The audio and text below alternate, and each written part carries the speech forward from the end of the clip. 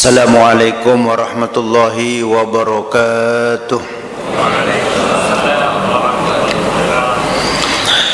Innal hamdalillah nahmaduhu wa nasta'inuhu wa nastaghfiruh wa natawakkalu ilayhi wa na'udzu billahi min syururi anfusina wa min sayyiati a'malina.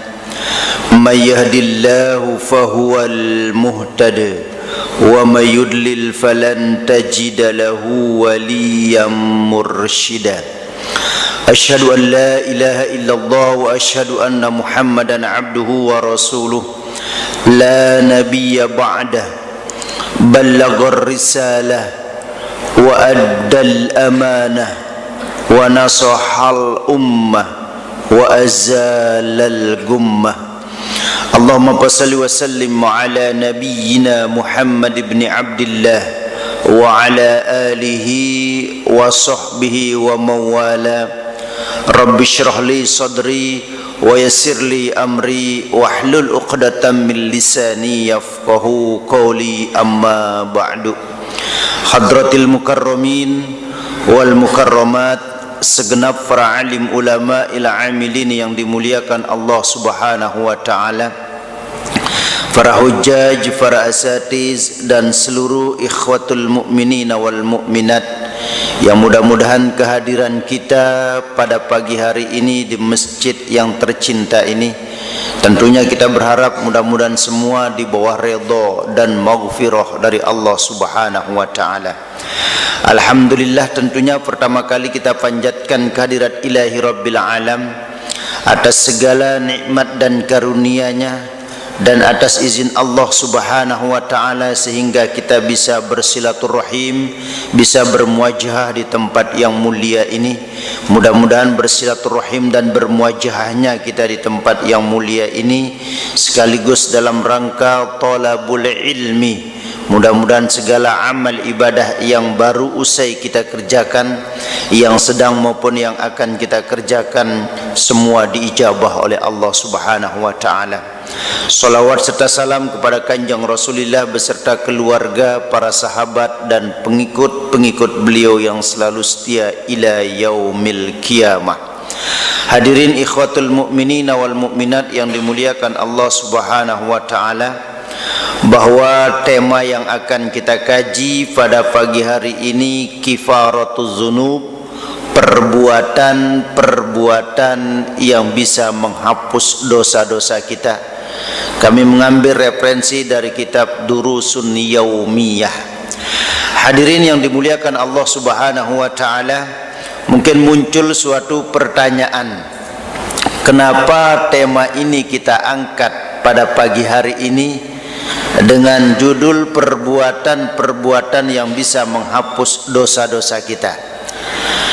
Karena para jamaah, di dalam kita menjalani kehidupan yang sangat-sangat singkat ini, banyak sekali kekhilafan, banyak kekeliruan, banyak kezoliman, banyak dosa yang kita perbuat sadar atau tidak sadar kita. Mungkin ada 3 macam kezoliman yang sering kita perbuat. Yang pertama, kita sering zolim kepada Allah subhanahu wa ta'ala. Zolim kepada Allah subhanahu wa ta'ala artinya kita tidak pernah menjalankan, kita tidak pernah melaksanakan perintah Allah dengan secara maksimal.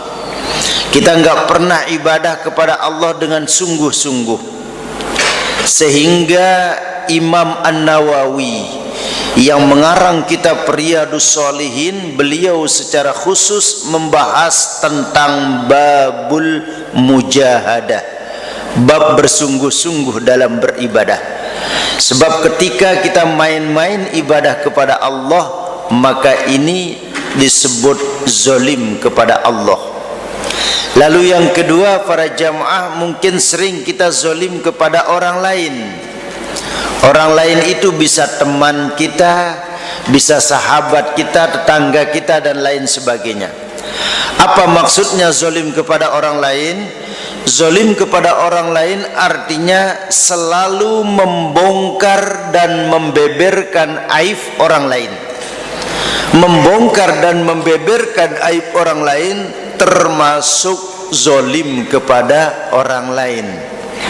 Sehingga dalam riwayat yang diriwayatkan, dalam suatu hadis yang diriwayatkan oleh Imam Bukhari dan Muslim, Rasulullah bersabda, man satara musliman, siapa yang mau menutupi aib sesama muslimnya di dunia, satarahullahu fid dunya wal akhirah, maka Allah akan menutupi aib orang tersebut di dunia dan juga di akhirat.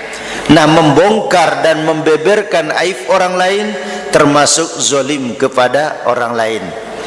Lalu yang ketiga, mungkin kita sering zolim kepada diri kita sendiri. Apa maksudnya zolim kepada diri sendiri? Zolim kepada diri sendiri maksudnya kita tidak pernah memberikan hak kepada seluruh panca indera kita. Mata kita umpamanya, mata ini para jamaah punya hak untuk selalu memandang Al-Quranul Karim. Mata kita pun punya hak untuk selalu ingin melihat hadis-hadis Rasulullah. Saat mata ini kita gunakan memandang kepada hal yang Allah murka, maka kita zolim kepada mata. Telinga ini pun punya hak mendengarkan alunan bacaan ayat suci Al-Quran. Telinga ini berhak mendengarkan mau'izatul hasanah, nasihat-nasihat yang baik dalam agama Islam. Ketika telinga ini kita gunakan mendengarkan hal yang Allah murka, maka kita zolim kepada telinga kita. Nah, tidak memberikan hak kepada seluruh panca indera kita, maka kita disebut zolim kepada diri sendiri. Nah, banyaknya kezoliman yang kita perbuat para jamaah, baik kita zolim kepada Allah, zolim kepada orang lain, bahkan zolim kepada diri sendiri. Ini yang melatar belakangi sehingga kita mengangkat tema perbuatan-perbuatan yang bisa menghapus dosa kita. Apa yang harus kita kerjakan? Apa yang harus kita lakukan agar segala kekhilafan, kekeliruan, dosa yang pernah kita perbuat sengaja ataupun tidak sengaja bisa diampuni oleh Allah Subhanahu wa taala. Di sini al-muallif menyebutkan, pengarang kitab menyebutkan awalan, yang pertama, perbuatan yang pertama yang bisa menghapus dosa-dosa kita adalah al-imanu billah wal amalus solih. Yang pertama adalah beriman kepada Allah dan mengerjakan amal soleh. Ini yang pertama. Perbuatan pertama yang bisa menghapus dosa-dosa kita, beriman kepada Allah dan mengerjakan amal soleh. Dengan referensi kita surat Al-Ankabut ayat 7. Surat Al-Ankabut yaitu surat yang ke-29 ayat 7. Itu referensi kita. Mungkin para jamaah yang bisa membawa Al-Quranul Karim bisa dilihat. Jadi yang pertama, beriman kepada Allah dan mengerjakan amal soleh. Beriman kepada Allah maksudnya iman yang benar. Tapi iman yang benar bagaimana? Iman yang benar itu adalah iman yang tertera dalam surah Al-Fatihah, yaitu iyyaka na'budu wa iyyaka nasta'in. Hanya kepada Allah kita menyembah, kepada Allah kita mengabdi. Saat kita punya permasalahan dalam hidup ini, kita kembalikan kepada Allah. Itu makna iyyaka nasta'in. Sebab di zaman sekarang ini para jamaah, banyak orang yang ibadahnya mantap, ibadahnya bagus kepada Allah Subhanahu wa taala. Saat punya problemnya itu selalu dikembalikan apakah ke orang pintar, dukun dan lain sebagainya. Ini sudah merusak i'tikad keimanan kita. Karena itu iman yang benar bisa menghapus dosa-dosa kita, wal amalus soleh, dan amal soleh. Dalam suatu riwayat disebutkan la tahqiranna minal ma'ruf walau bisyikki tamrah. Jangan kalian meremehkan amal soleh itu meskipun dengan bersedekah dengan sebutir kurma.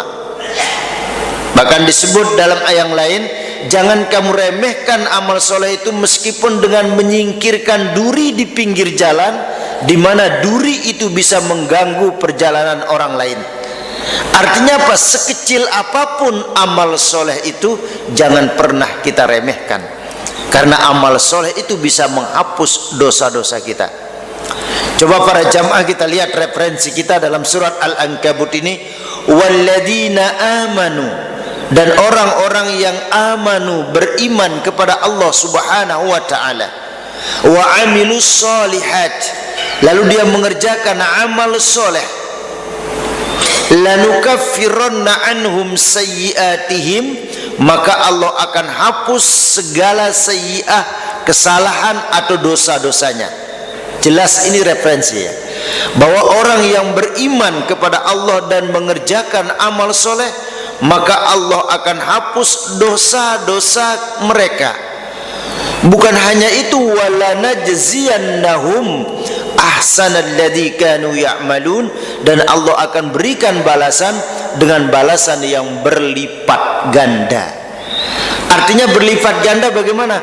Kalau kita mengerjakan amal soleh, bukan hanya kita yang akan menerima kebaikan tersebut, mungkin anak kita, cucu kita, zuriyah, keturunan-keturunan kita, Allah jadikan orang-orang yang solihin wassolihat akibat berbuat amal baik atau amal soleh. Nah, inilah perbuatan yang pertama yang bisa menghapus dosa-dosa kita, beriman kepada Allah dan mengerjakan amal soleh. Sehingga dalam riwayat hadis yang diriwayatkan oleh Imam Ahmad, Rasulullah bersabda, jaddidu imanakum, wahai umatku, sabda Rasulullah, perbaharui selalu iman kalian. Para sahabat bertanya, bagaimana cara kami memperbaharui iman kami ya Rasulullah? Wa aksiru min qawli la ilaha illallah Muhammadur Rasulullah. Di antaranya perbanyaklah, selalulah mengucap kalimat la ilaha illallah Muhammadun Rasulullah. Sanian para jamaah, yang kedua, perbuatan yang kedua yang bisa menghapus dosa-dosa kita adalah at-taubatus shadiqah, taubat yang benar. Artinya taubatan nasuha. Ya. Jadi perbuatan yang kedua yang bisa menghapus dosa-dosa kita, taubatan nasuha. Dengan referensi surat Al-Furqan, surat yang ke-25 ayat 70. Itu referensi kita yang kedua, yaitu surat Al-Furqan, atau surat Al-Furqan ini surat yang ke-25 ayat 70.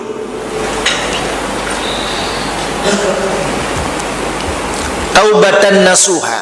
Ya, sebelum kita ngelihat referensi kita lihat maknanya. Taubatan nasuha. Taubah ini para jamaah berasal dari bahasa Arab.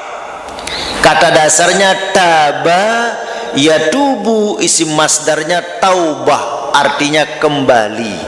Itu makna taubat. Taubat ini maknanya kembali. Kembali kepada siapa? Kepada Allah. Siapa yang kembali? Orang-orang yang berdosa, orang-orang yang mengerjakan maksiat, orang-orang yang mengerjakan dosa. Itu adalah orang-orang yang lupa kepada Allah.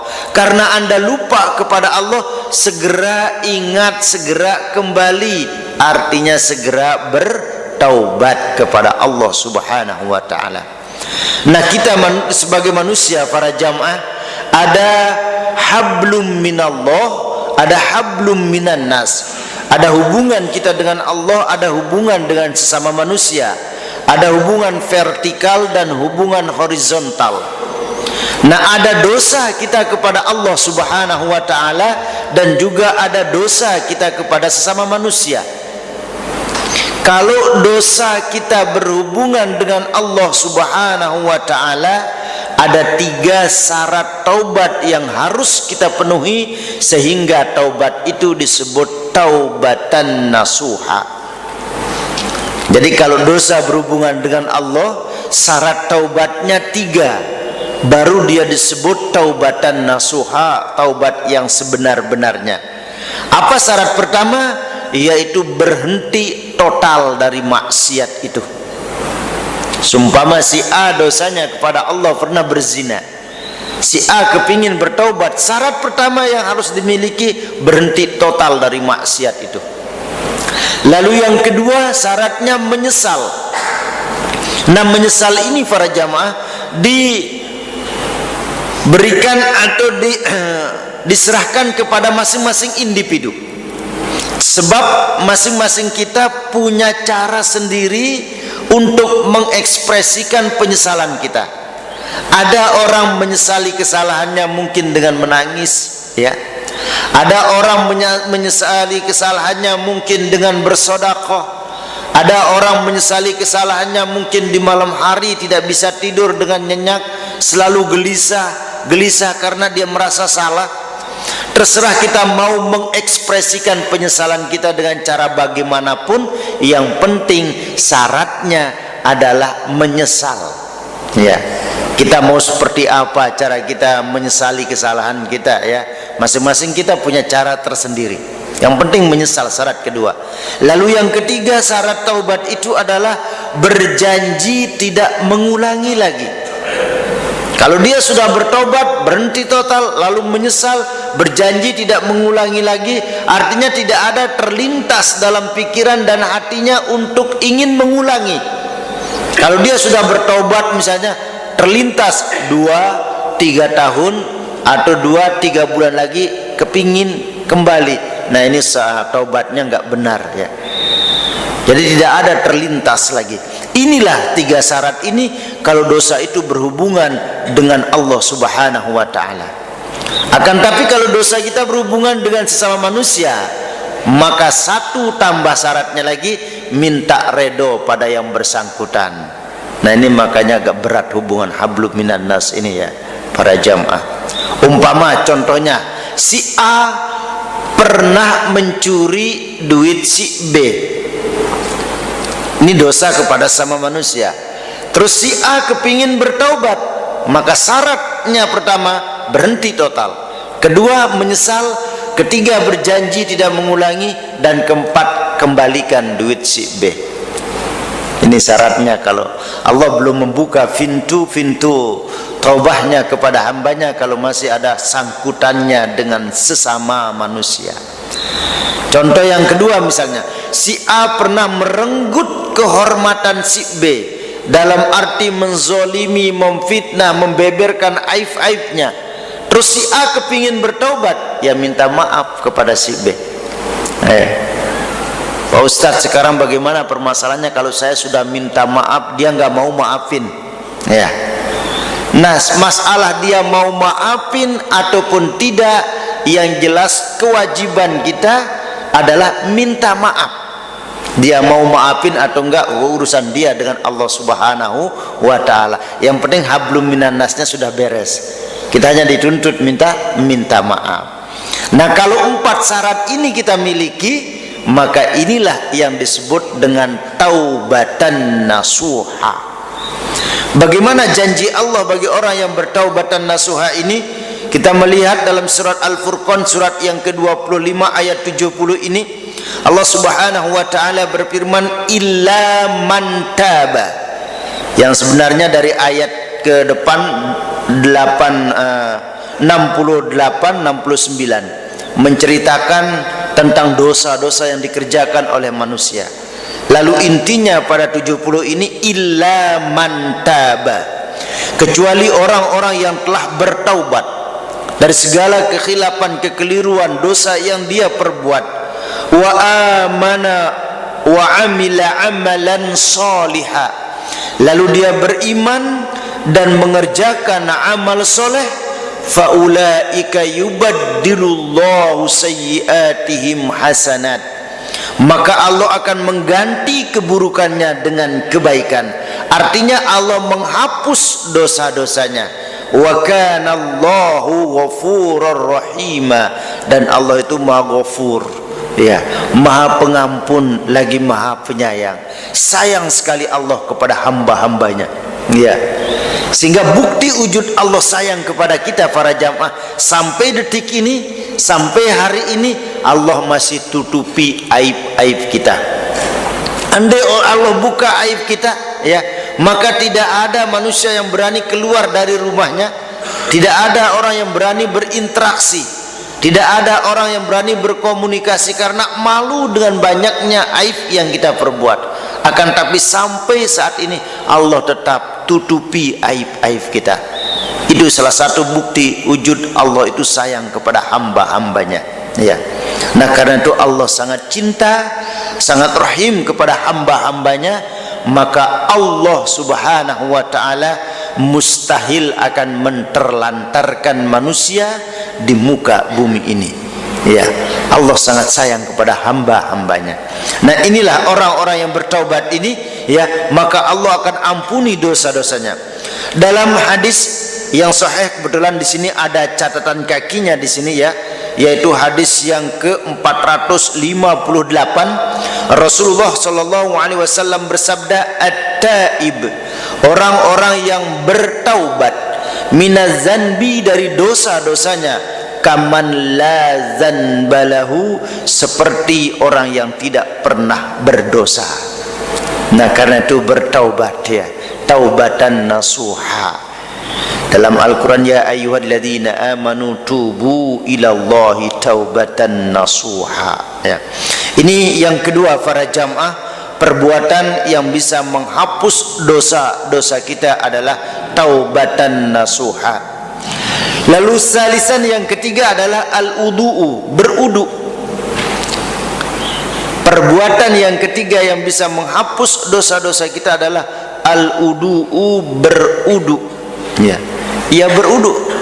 Kalau kita mau sholat, sudah pasti kita berudu.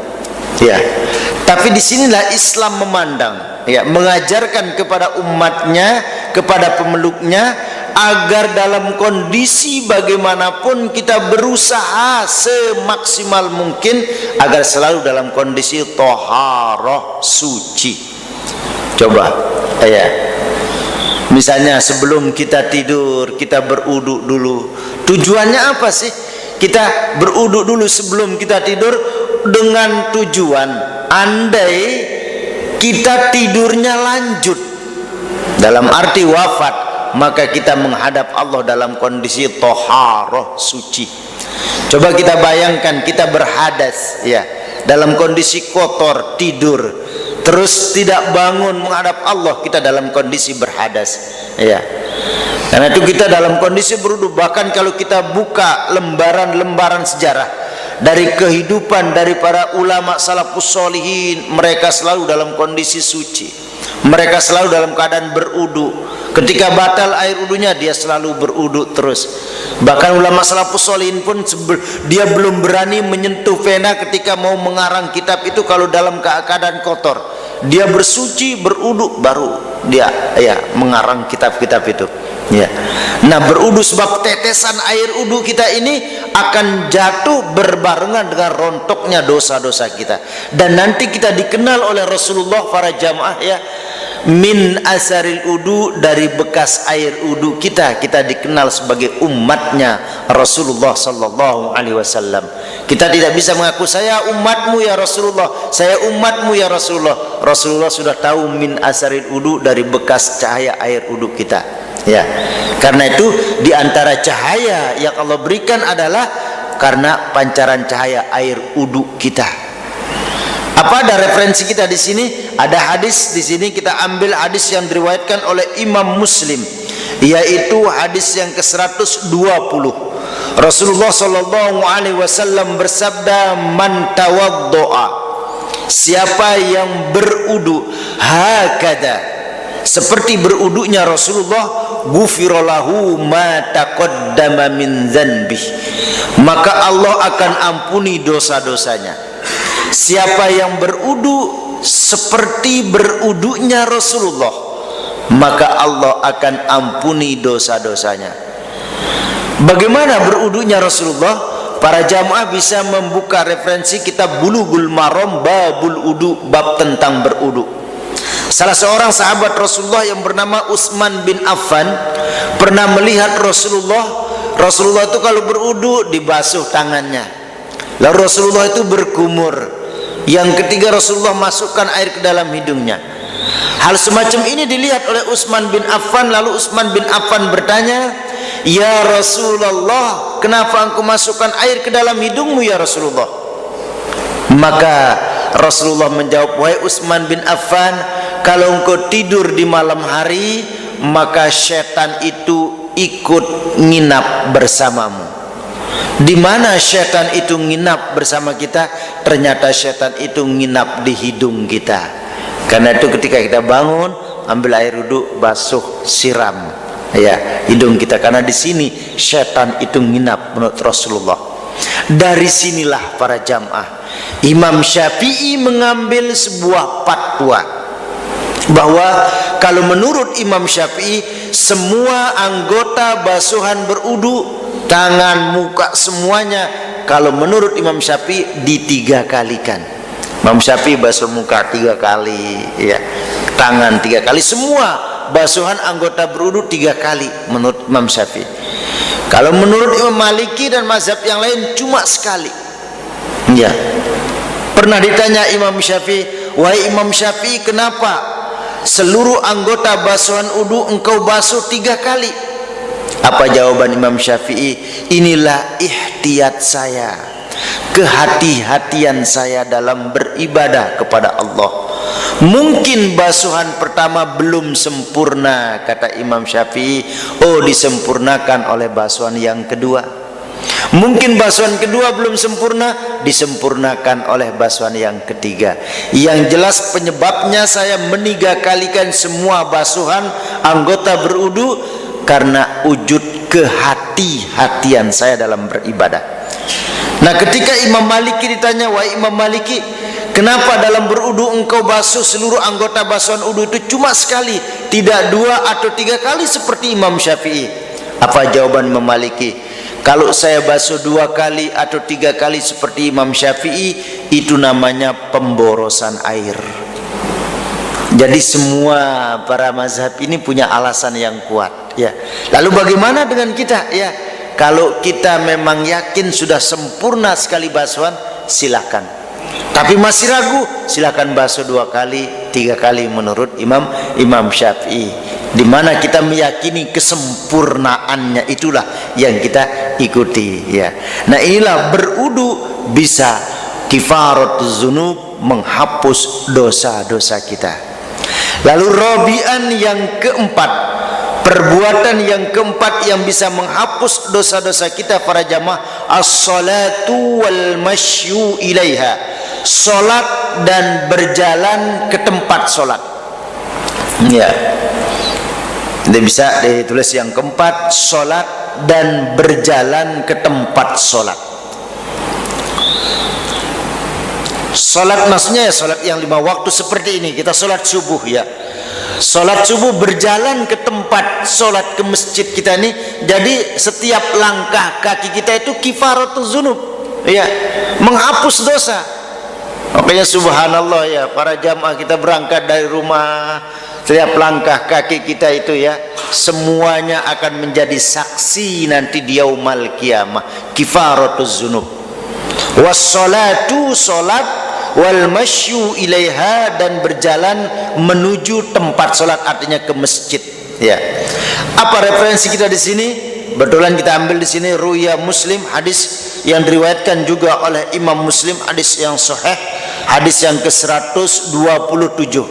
Rasulullah sallallahu alaihi wasallam bersabda, "An Abi Hurairah radhiyallahu anhu anna Nabi sallallahu alaihi wasallam qala." Rasulullah bersabda, "Ala adullukum ala ma yamhullahu bil khataya." Maukah kalian, sabda Rasulullah, saya unjuki suatu perbuatan, suatu pekerjaan yang apabila kalian kerjakan perbuatan tersebut, yamhullahu bil khataya, Allah ampuni, Allah hapus kesalahan kalian. Ini tawaran dari Rasulullah. Maukah kalian saya unjuki, saya kasih suatu perbuatan, apabila perbuatan itu kalian kerjakan, Allah ampuni kesalahan kalian, wa yarfa'u bihi darajat, dan Allah angkat derajat kalian. Dua tawaran Rasul. Siapa yang mau melakukan suatu perbuatan, ya, Allah akan ampuni kesalahannya dan juga Allah angkat derajatnya. Qalu, para sahabat menjawab, bala ya Rasulullah, mau ya Rasulullah. Lalu qala, Rasulullah bersabda, ada 3 macam perbuatan apabila kalian kerjakan, Allah hapus kesalahan kalian dan Allah angkat derajat kalian. Apa yang pertama? Isbagul udu'i alal makarih, menyempurnakan udu saat situasi yang kita tidak suka. Mana situasi yang kita tidak suka? Cuaca dingin, identik dengan tengah malam. Itu situasi yang kita nggak suka.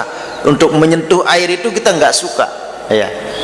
Karena itu yang pertama perbuatan yang bisa menghapus kesalahan kalian dan juga mengangkat derajat kalian, isbagul udu'i alal makari, sempurnakan udu saat musim dingin. Bisa diartikan, ya. Apa maksudnya menyempurnakan? Pertama, sempurnakan udu bisa mengikuti cara Imam Syafi'i tadi dengan meniga kalikan basuhan. Lalu cara yang kedua, sempurnakan udu dengan tidak meremehkan yang sunnah, ya. Sebab apa, ya? Seperti basuh tangan, berkumur, ya, masukkan air ke dalam hidung, itu sunnah. Artinya enggak kita lakukan juga tidak menyebabkan tidak sah udu kita, sebab dia bukan rukun udu.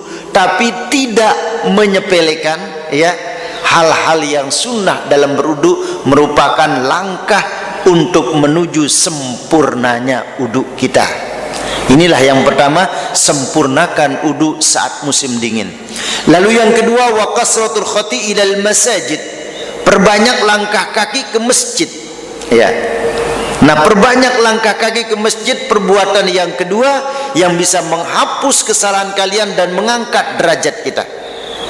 Apakah kita perbanyak melangkah ke masjid untuk mengikuti thalabul ilmi, mengikuti kajian, mengikuti ta'lim, atau kita ke masjid untuk menunaikan ibadah salat berjamaah, ya? Subhanallah, bahkan dalam suatu riwayat yang diriwayatkan oleh Imam Ahmad, Rasulullah bersabda, man shallal ghada jama'atan, barang siapa yang sholat subuh berjamaah, summa qa'ada, kemudian dia duduk, yazkurullaha, berzikir kepada Allah, ya. Berzikir kepada Allah bisa dengan tadarusan Al-Quran, bisa dengan mengikuti taklim, kajian semacam ini, bisa dengan berzikir, ya. Siapa yang sholat subuh berjamaah, ini syaratnya, kemudian dia duduk berzikir kepada Allah, hatta tatlu syamsu, sampai terbit matahari. Ya, kalau sekarang mungkin sekitar jam 6 kurang 5 menit lah, kurang lebih, terbit matahari. Summa shalla raka'ataini, kemudian dia sholat 2 rakaat. Seperti tadi disampaikan oleh, iya, nanti kita sampai sholat syuruk. Sholat 2 rakaat, kanat lahu ka ajri hujjatin wa umrah tamatan, tamatan, tamatan, 3 kali diulangi Rasulullah. Orang umat Rasulullah yang melakukan ini, maka dia seakan-akan pernah melaksanakan ibadah haji dan umrah sempurna, sempurna, sempurna. Coba, cuma berat syaratnya, ya.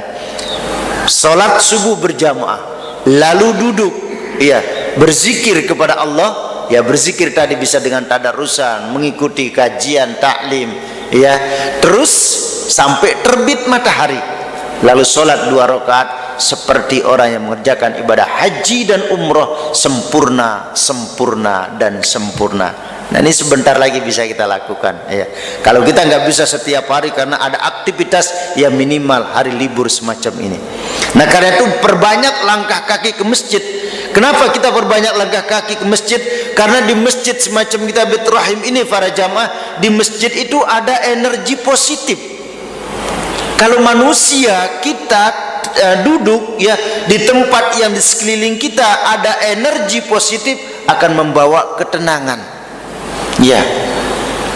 Nah, kalau dibandingkan kita duduk di tempat yang di sekeliling kita ada energi negatif, seperti tempat-tempat maksiat, duduk di situ bawaannya selalu emosi, marah.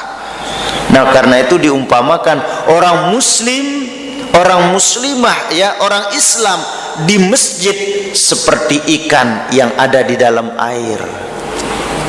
Ya, kalau ikan ada di dalam air para jamaah tenang, ya bahagia. Tapi ada juga ikan yang sudah bosan di air, yaitu ikan yang mati. Ya, kalau ikan mati kan namanya ikan yang bosan di air. Ada orang misalnya di masjid nggak pernah tenang, gelisah, qasat qulubuhum, hatimu mati itu. Ya.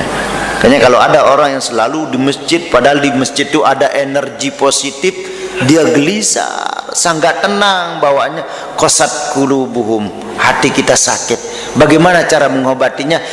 Inna likulli syai'in saqalatan fa inna saqalatal qalbi bidzikrillah. Semua benda alat di dunia ini ada alat untuk mensucikannya, akan tapi ada baju kita umpama kotor, ada alat untuk mensucikannya. Karpet ini kotor, ada alat untuk mensucikannya. Akan tapi alat untuk membersihkan hati kita bizikrillah hanya satu, berzikir, beristighfar kepada Allah Subhanahu wa taala. Nah, ini yang kedua, wa qassatul khati ilal masajid, perbanyak langkah kaki menuju ke masjid ya. Lalu yang ketiga adalah wantizarus salati ba'das shalah, menunggu datangnya salat untuk salat berikutnya. Umpama selesai kita sholat maghrib ya, ada ta'lim, ada kajian, sambil kita menunggu datangnya sholat ya, maka menunggu datangnya sholat itu adalah kifaratuz dzunub, menghapus dosa kita. Sebab ketika kita duduk semacam ini para jamaah, kita mengikuti tolabul ilmi, mengikuti ta'lim, kajian, malaikat datang di tempat semacam ini. Setiap para jamaah duduk di majlis-majlis ini yang disebut oleh Rasulullah raudhah min riyadil jannah, adalah taman yang ada di surga ini bertebaran di muka bumi. Apa ada taman surga di muka bumi ya Rasulullah? Yaitu majlis ta'lim, majlis ilmu, dan majlis zikir ya. Nah, karena inilah ya, ketika kita duduk semacam ini ada dua doa malaikat yang mendoakan kita. Allahumma ighfir lahu, Allahumma arhamhu. Dua malaikat doanya, ya Allah ampunilah si fulan yang sedang duduk dalam rangka taklim, dalam rangka berkumpul semacam ini. Lalu yang kedua, warhamhu, ya Allah berikan rahmatmu. Bayangkan kalau malaikat yang mendoakan kita, sepakat bahwa tidak ada doanya yang ditolak ya. Jadi ini kelebihan kita bisa duduk di sini ya, thalabul ilmi, di samping menggugurkan juga kewajiban kita, kita dapat doa dari malaikat. Nah, ini ya para jamaah yang ke 45, yang keempat masih ada lagi ya, cuma apa keterbatasan waktu ya para jamaah, kita sisakan session untuk tanya jawab atau berinteraksi ya, mungkin ada yang ditanyakan dari yang kami sampaikan para jamaah ya.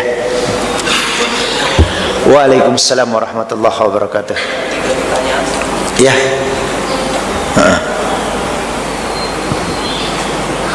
Yang pertama, apakah Allah selalu hukum dosa-dosa yang kita perbuat setelah kita mohon ampun? Jadi kan insya Allah kalau mohon ampunnya serius kan diampuni sama Allah. Iya. Nah, apakah itu selalu dibalas dengan setimpal apa yang dosa kita lakukan? Misalnya kita bohong, setelah kita mohon ampun kan diampuni sama Allah. Apakah cara diampuni itu harus dibalas bohong sama orang lain suatu hari lagi gitu?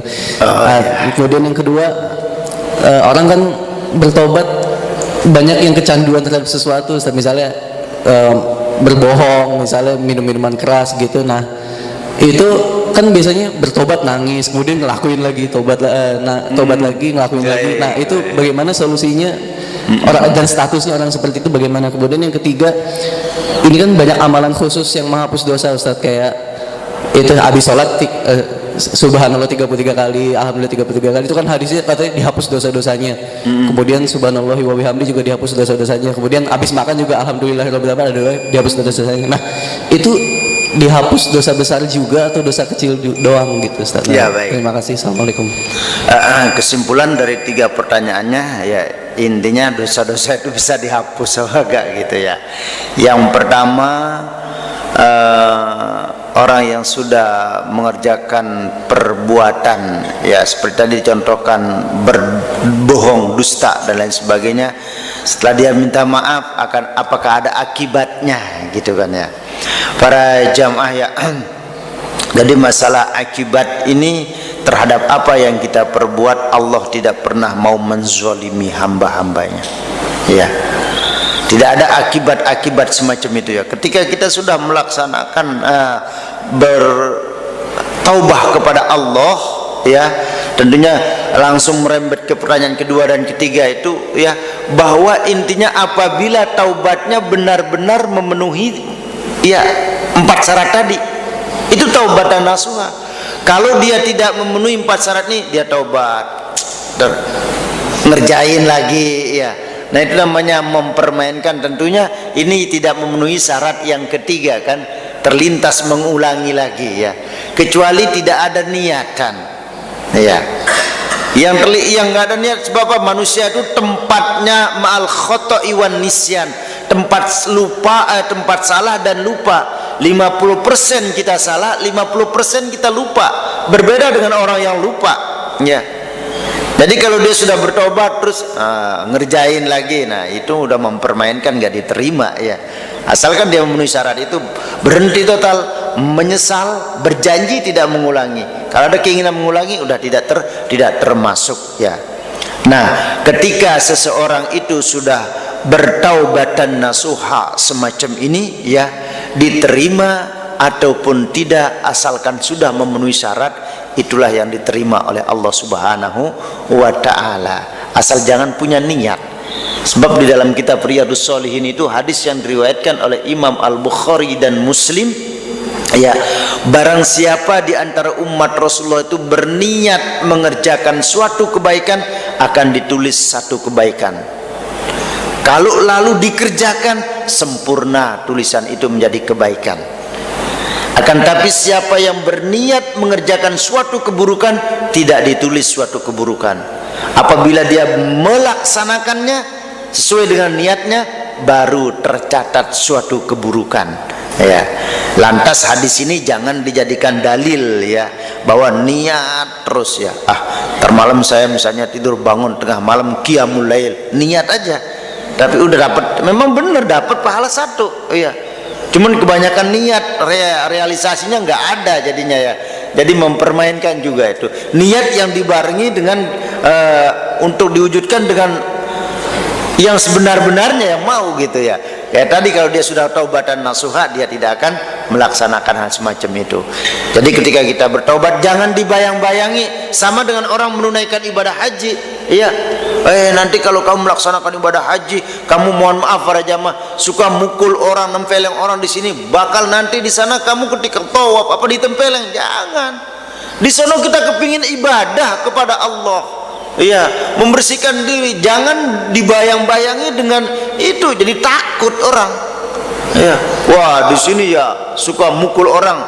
Nanti kamu kalau haji akan kelihatan semua perbuatan kamu di situ. Waduh, nggak ada semacam itu ya. Ketika kita sudah bertobat juga misalnya karena dusta, berbohong dan lain sebagainya, bakal akan menerima akibatnya kita, anak kita. Nggak ada istilah dosa, kesalahan itu kesalahan turun temurun, itu akibatnya nggak ada dalam Islam ya. Nah, kita bersih dah lillahi ta'ala, jadinya kita menunaikan ibadah haji loh, nggak akan terjadi itu. Kenapa? Tujuan kita ke sana ibadah, menyempurnakan Islam kita, selesai ya. Allahu a'lam bissawab ya. Ya mungkin ada para jamaah yang ya langsung ya. Waalaikumsalam warahmatullahi.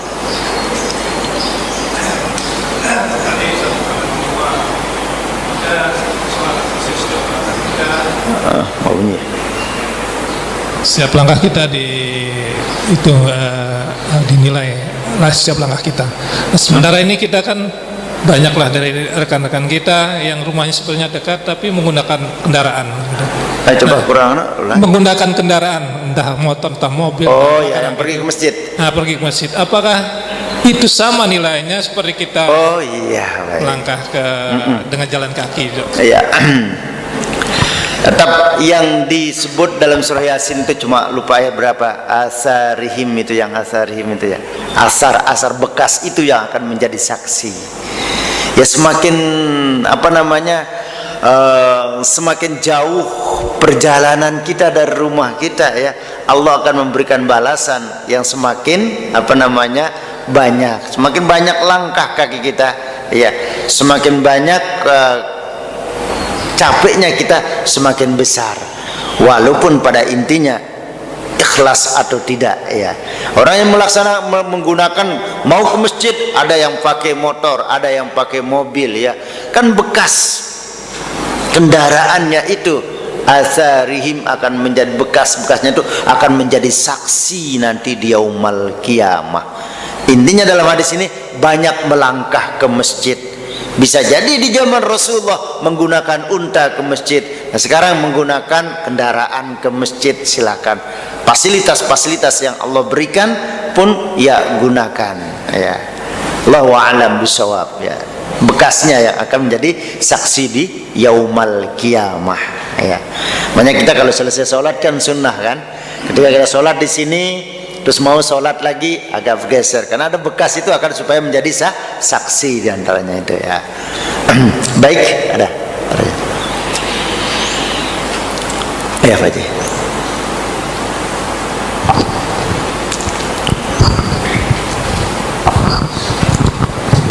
Ustaz, ini tadi disebutkan pada saat membahas mengenai beriman kepada Allah itu, ya. Tadi Ustaz sebutkan selalu perbaharui iman kamu, selalu perbaharui, maksudnya mohon penjelasan lebih lanjut itu ya. Lalu yang kedua di sini pada saat tadi berwudu itu menyempurnakan wudu di saat yang sangat sulit, sangat dingin gitu. Jadi kalau misalnya pada saat panas zuhur gitu, berarti ini enggak masuk, ada syaratnya karena ada dingin gitu loh. Apakah termasuk juga pada saat zuhur, asar, maghrib gitu loh? Karena yang dingin itu paling di musim dingin mereka itu, kita kan musim panas gitu Pak Ustaz. Mohon penjelasan. Terima kasih. Baik, yang pertama tentang hadis yang diriwayatkan oleh Imam Ahmad, disahihkan hadis oleh Imam Ahmad ya, jaddidu imanakum, di antara cara kita ya memperbaiki iman kita biar enggak rusak gitu ya. Ya bisa, bagaimana cara kita memperbaiki iman kita biar enggak mengalami, karena iman itu kan ada 3. Pertama, la yazidu wa la yanqusu, tidak bertambah dan tidak berkurang, stabil, yaitu imannya para malaikat. Kalau malaikat Ridwan menjaga pintu surga, ya udah sampai yaumul qiyamah pintu surga, enggak kepingin ngelihat temannya malaikat Malik lagi ngapain gitu, enggak. Jadi stabil imannya. Ya, nah ini tingkatan iman para malaikat. Lalu iman yang kedua, yazidu wala yang kusu, bertambah terus nggak pernah berkurang, imannya para nabi, para rasul. Tengok sejarah dari Nabi Adam sampai Nabi Muhammad ya. Rasulullah dihina, dicaci maki, dirintangi dakwahnya, bukan membuat imannya kendor. Tantangan, rintangan itu membuat iman mereka tuh yazid, nambah terus. Nah yang ketiga, yazidu wa yang kusu, kadang nambah kadang turun, kadang naik kadang turun imannya kita. Kalau lagi iman kita kuat manusia itu ya, imannya naik manusia itu, waduh ya, tasbih, Al-Quran saja ada masjid. Tapi ketika imannya turun, udah sholat enggak ya, ngikuti kajian enggak. Nah supaya iman anda terus naik, minimal ya tidak, kalau turun enggak drastis banget ya. Di antara caranya mempertahankan iman itu dengan banyak mengucapkan kalimat la ilaha illallah Muhammadur Rasulullah. Lalu cara yang kedua dengan banyak mendengarkan nasihat-nasihat Islam agama ini, bertambah dengan mengikuti taklim semacam ini. Itu. Lalu pertanyaan yang kedua adalah bagaimana di sini sebutkan bahwa yang perbuatan yang bisa menghapus kesalahan kita dan mengangkat derajat kita ada 3. Yang pertama, sempurnakan wudu saat situasi kita nggak suka, maksudnya saat dingin ya, bukan berarti ketika tidak dingin ya. Dia masuk ke poin yang nomor 3 tadi, itu kan al-udu'u, berudu ya. Hadis yang nomor 3 ini ya, perbuatan yang ketiga yang bisa menghapus dosa kita adalah berudu. Itu secara umum tidak dijelaskan apakah kondisi cuaca dingin atau musim panas ya. Berudunya orang itu bisa kifaratuz dzunub, menghapus dosa maksudnya. Itu poin yang ketiga. Allahu a'lam bishawab. Baik para jamaah yang dimuliakan Allah, tentunya mudah-mudahan apa yang kita kaji pada pagi hari ini yang menambah ya hazanah pengetahuan agama kita dan bisa menambah dekatnya kita kepada Allah Subhanahu wa taala. Tentunya selalu berdoa mudah-mudahan Allah berikan kita keistiqomahan ya, istiqomah di dalam ajaran-ajaran agama Islam ini. Baik para jamaah, kami secara pribadi terima kasih atas segala perhatian, mohon maaf atas segala kekhilafan dan kekeliruan. Tentunya yang benar datangnya dari Allah Subhanahu wa taala dan yang salah merupakan kelemahan kami secara pribadi. Mohon dibukakan pintu maaf yang seluas-luasnya. Kita tutup dengan pembacaan kifaratul majalis. Subhanakallahumma wa bihamdika asyhadu an la ilaha illa anta astaghfiruka wa atubu ilaik. Wal afu minkum. Wassalamualaikum warahmatullahi wabarakatuh.